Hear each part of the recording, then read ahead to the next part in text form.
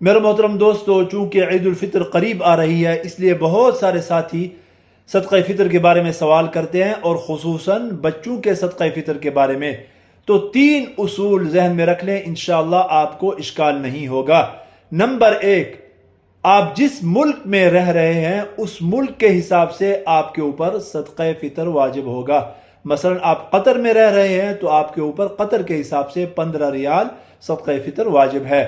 Number 2، نابالغ بچوں کا صدقہ فطر آپ کے اوپر ہے، چاہے وہ نابالغ بچے آپ کے ساتھ یہاں باہر ملک رہتے ہیں یا پاکستان میں رہتے ہیں۔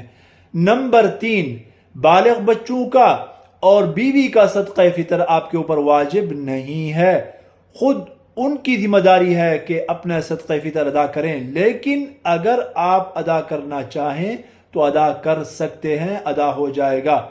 لہذا اگر آپ باہر ملک رہتے ہیں تو اپنا صدقہ فطر اور اپنے نابالغ بچوں کا صدقہ فطر اس ملک کے حساب سے، مثلا قطر کے حساب سے ادا کریں گے۔ چاہے آپ قطر میں ادا کریں یا پاکستان بھیجیں، تب بھی 15 ریال کے حساب سے آپ پیسے بھیجیں گے۔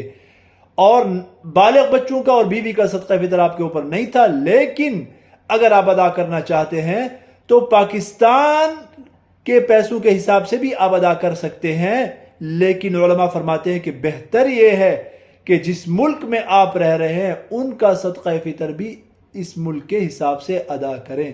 امید ہے بات سمجھ آ گئی ہوگی۔